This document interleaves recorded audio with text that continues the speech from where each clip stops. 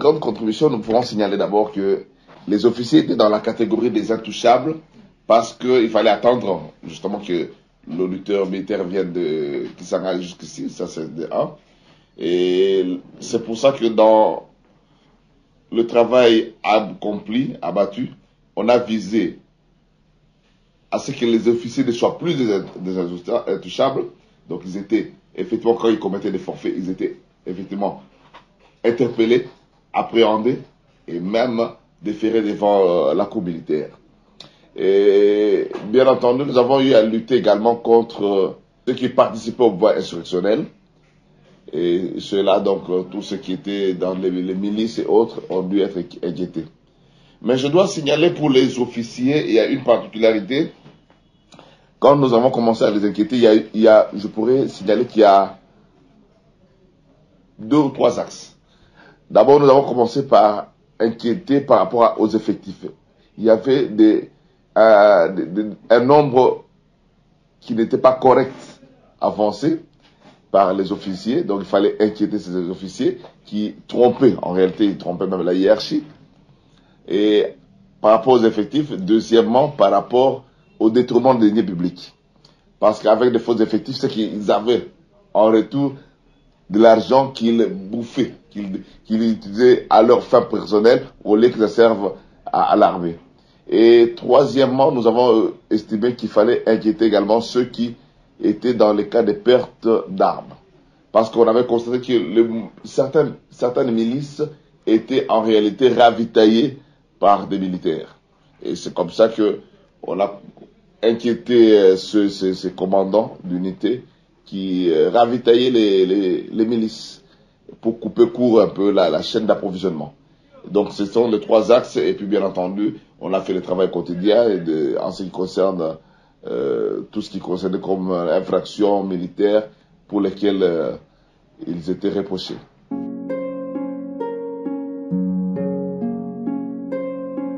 Bon, pour déclencher l'action publique, il y a d'abord des mécanismes. Nous devons signaler que l'auditeur militaire est saisi soit par rapport à une plainte de la partie lésée, soit par rapport à un rapport du commandement. Le commandement estime que le militaire X ou Y ne répond pas à ce qui est attendu d'un militaire, soit par rapport au ministre de la Défense ou au ministre de la Justice, soit par rapport à l'action peut émaner de nous-mêmes, donc d'office. Donc c'est par rapport à ces critères que nous pouvons enclencher l'action. Et après vérification des faits sur terrain, c'est alors qu'on peut estimer qu'il faut saisir ou pas le tribunal.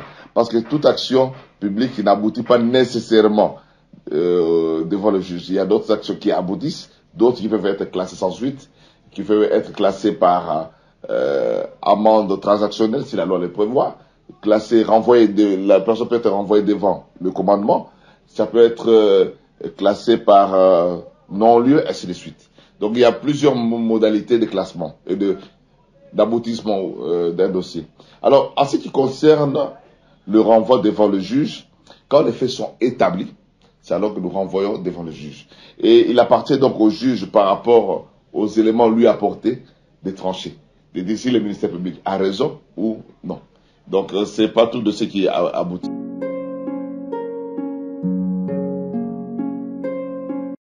Alors, en ce qui concerne les barrières, il y a une distinction à faire. Il y a certains points qui sont en réalité des points de contrôle. Parce qu'à Bunia, on a trouvé, c'était pratiquement une zone où il n'y avait pas assez de contrôle. Alors il fallait ériger ces barrières pour contrôler les mouvements, le flux migratoire, vérifier s'il ne s'agit pas de miliciens, ainsi de suite. Donc il fallait ériger ces barrières. Donc ce qu'on appelle barrières, ce sont en réalité des points de contrôle. Et il y a des bévues, on le sait, il y a des bévues. Et ceux qui ont reproché des bévues, le commandant d'ailleurs, les commandants elles-mêmes, les défèrent devant nous et nous les sanctionnons. Donc signaler en termes de points de contrôle qu'il y a bévues, il faudrait vérifier par rapport à l'effectivité de ce qui est accompli.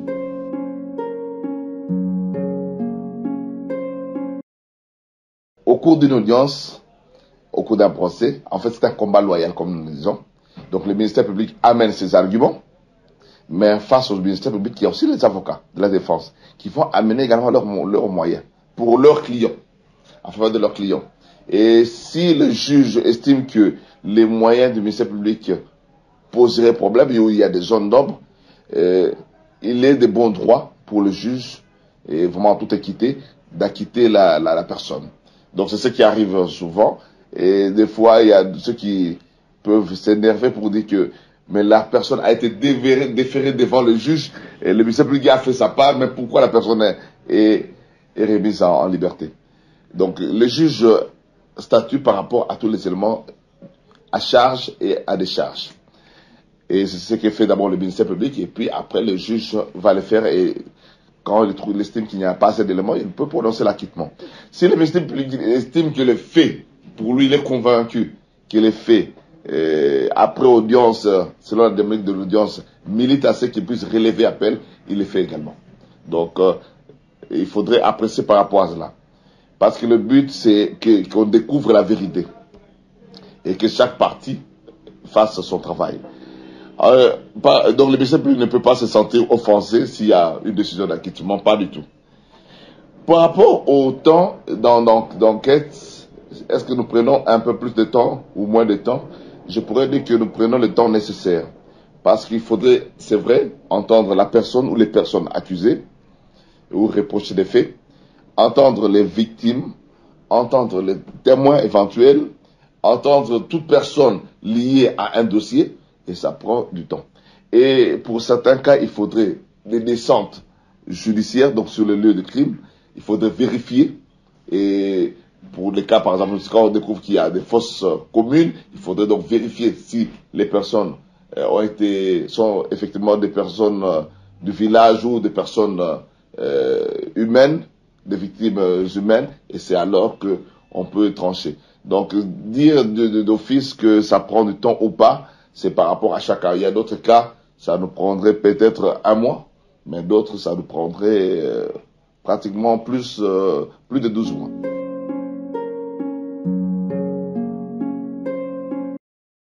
Ok, bien entendu, merci le journaliste. Nous pourrons signaler que au début, l'infraction phare, c'était la perte d'armes de guerre. Parce qu'on avait constaté qu'il y avait certains qui disaient qu'ils avaient perdu l'arme de guerre, mais sans justifier les circonstances de la perte.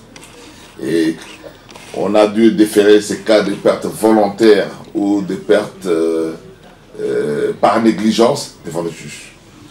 Donc c'était l'infraction phare. Et bien entendu, nous pourrons signaler également, comme je l'ai dit au début, les détournements de deniers publics. Là, vraiment, pour l'instant, je ne sais pas, peut-être il y en a encore, mais vraiment, ça a été réduit de manière assez visible. Il y a également la violation des consignes, ça c'est une infraction un peu fourre-tout, il y a beaucoup d'infractions à l'intérieur. Ça peut être des déplacements ou des consignes par rapport aux consignes reçues de la hiérarchie. Et nous pourrons signaler également à part le détournement, la perte d'armes, violation des consignes, nous pourrons signaler les cas de désertion, mais là, c'est de moins en moins. Ça, c'est du côté militaire. Mais du côté de ceux qui sont considérés comme personnes étrangères à l'armée, les civils, là, l'infraction phare demeure encore jusqu'à présent la participation à un mouvement insurrectionnel. Parce que là, nous retrouvons les milices, Codeco, Zaïre, FRPI, FPIC et les autres que vous connaissez, vraiment se retrouvent dedans. Et c'est l'infraction phare. Et pour l'instant, ça demeure encore l'infraction phare jusqu'à présent et qui justifie malheureusement l'insécurité dans la région.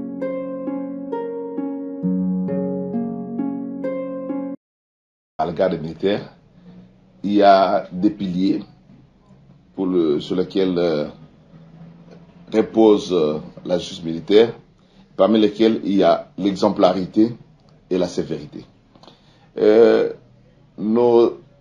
Quand nous sanctionnons, nous tenons à ce que cela serve d'exemple. pour qu'il n'y ait pas répétition. C'est pour ça que, deux fois, les commandants peuvent accepter que nous puissions sacrifier leurs militaires. Et nous avons eu à faire comparaître devant le juge, même ceux qui étaient reprochés de crimes graves, donc crimes contre l'humanité, crimes de guerre, par rapport aux actions faites sur la population civile. La pitié dans l'armée, en réalité, la pitié ne fait pas, il y a un adage qui dit la pitié ne fait pas la force de l'armée. Donc pour l'armée, il faut sanctionner. C'est vrai, ce n'est pas de sanctionner pour faire mal, des fois c'est éducatif. Donc nous sanctionnons pour que des fois c'est pas des peines toujours de 20 ans, ça peut être une peine moindre, mais c'est de manière éducative pour que la personne ne réitère plus, et d'autres, comme ça c'est exemplaire, d'autres ne les fassent pas. Et c'est vrai aussi que la justice militaire, la plupart des infractions sont sévèrement punies. Parce que nous tenons à ce que l'ordre soit rapidement restauré déjà au sein de l'armée, avant que nous puissions parler de la vie civile. Donc c'est pour ça que les infractions militaires sont sévèrement punies. Mais nous tenons compte des circonstances de fait, nous tenons compte des circonstances de la commission des faits, et c'est alors que nous pouvons apprécier en demandant la peine de manière assez dure, sévère, ou de manière moins sévère par rapport aux faits. Mais le but, c'est que il faut restaurer la paix, mais en commençant par rééduquer l'homme militaire.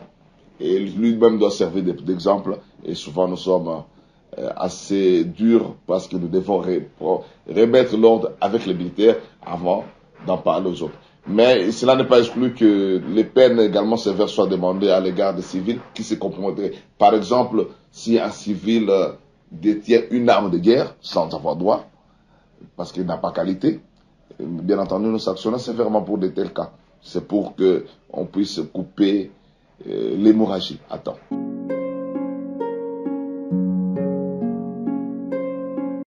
Il est vrai que quand les militaires et policiers sont, entre guillemets, victimes, ça ne fait pas trop d'écho au sein de la population, contrairement quand c'est la population civile qui se retrouve victime. Et c'est vrai que pour de tels cas, il y en a beaucoup parce que on en a enregistré beaucoup. Les parquets militaires poursuivent les enquêtes, mais l'instruction étant secrète, donc nous sommes obligés de ne pas trop faire du bruit.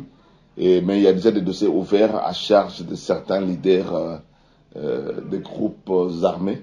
Et au moment utile, ils répondront parce que la plupart des infractions commises, ce sont des infractions commises qui sont imprescriptibles, des crimes imprescriptibles. Donc au moment utile, ils répondront avec nous ou même après devant la justice pour expliquer, donner leurs moyens.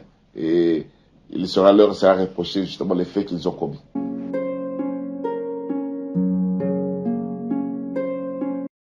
Bon, nous ne sommes pas encore totalement satisfaits, mais quand même, il y a évolution. Nous disons évolution par rapport à l'ampleur du travail. Parce qu'au début, c'est vrai que l'ampleur du travail, quand on a commencé avec l'état de siège, il y avait un peu plus de dossiers. Pratiquement, c'était de lundi à dimanche. Il n'y avait pas beaucoup de répit. Donc le dimanche, après le temps d'aller dans des églises et autres, vraiment, on se remettait vraiment au travail. Mais actuellement, il faut reconnaître qu'il y a une baisse. Et en réalité, nous pouvons noter qu'il y a une baisse d'activité criminelle. Mais bien entendu, il y en a toujours, et ça fait mal chaque fois que nous apprenons que on attaque tel coin et les militaires veulent également exercer des représailles, ça fait mal, mais c'est ça. Le but principal de l'état de siège et même de l'intervention de la justice militaire dans cette machine, c'est la restauration de l'autorité de l'État. On estime que l'autorité de l'État est effritée et que pour cela, le commandement doit venir rapidement, avoir d'autres moyens, et le juge militaire est obligé de sanctionner sévèrement. Et c'est pour ça que même au niveau du gouvernorat, de l'administration, on trouve qu'il y a un gouverneur militaire. Donc en fait, c'est la restauration de l'État et la justice militaire est appelée à accompagner justement cet État.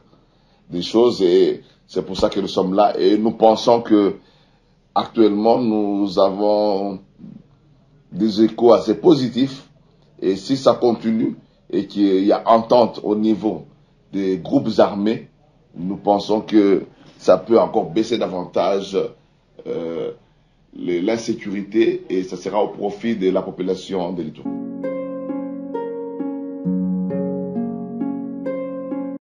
Merci. Je me rappelle qu'au début de l'état de siège, avant qu'une partie de matière ou des attributions de la justice militaire ne soient retournées à nos collègues civils en matière pénale,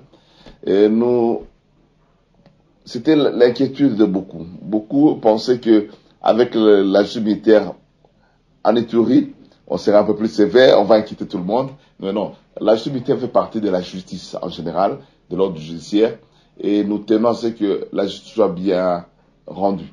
Donc on peut rassurer que nous visons en fait la quiétude, nous visons la paix, nous visons l'ordre public au sein de la cité. Et nous avons comme message qu'en réalité, il faut aimer sa profession, aimer ce qu'on fait, mais aimer et surtout également le pays. Et je sais que nous faisons comprendre à beaucoup pour faire évoluer les choses qu'en aimant le pays, sa profession et son pays, on peut mieux évoluer et c'est notre tâche et c'est le souhait pour tout le monde habitant et tout. Comme la justice civile, nous tenons, la justice militaire tient à ce qui est le rétablissement de l'ordre public rapidement, mais les grands problèmes se posent également au niveau de l'accès à la justice. C'est ce que vous signalez. Beaucoup ont d'appréhension et ils hésitent. Bon, malheureusement, ils ont peur de l'uniforme et c'est pour ça que beaucoup ne viennent pas dénoncer. Mais il nous appartient de dénoncer, de signaler s'il y a un fait infractionnel et nous sommes appelés justement à réprimer comme le veut ou le signale la loi. Donc il n'y a pas de problème de signaler à la justice un fait.